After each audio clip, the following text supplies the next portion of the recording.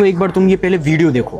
तुम्हें पता है मैं इतनी बड़ी हूँ, 26 साल की हूँ, बेरोजगार हूँ और मेरे पास दुनिया भर की पोथी है, दुनिया भर की डिग्रीज है, सर्टिफिकेट है, बट स्टिल आई एम बेरोजगार।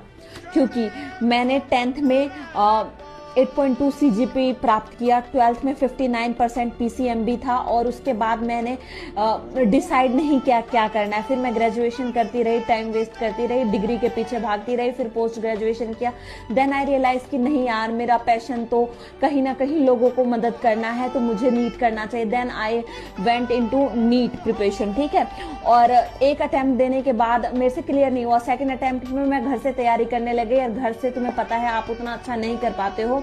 और एट द एंड मैं लास्ट 2 महीने से तैयारी नहीं कर रही हूँ और अब मुझे रिग्रेट हो रहा है, लेकिन साथ में मुझे ये भी पता है कि मैं 26 साल की हूँ, बेरोजगार हूँ और लड़की हूँ, मेरी शादी कर दी जाएगी और इन चीज़ों से मुझे निकल के फाइनेंशियली इंडिपेंडेंट होना पड़ेगा।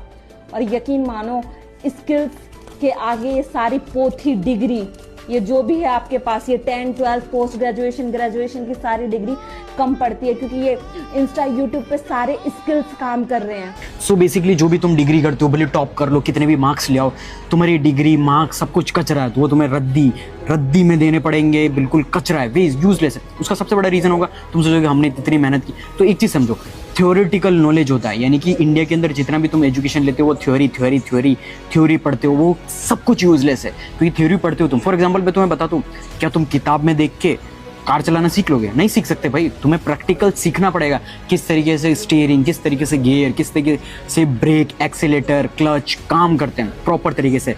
तुम बुक में देख के तैरना सीख सकते हो? नहीं सीख सकते हो। बुक में पढ़ के तुम साइकिल चलाना सीख सकते हो, एरोप्लेन चलाना सीख सकते हो? नहीं सीख सकते हो।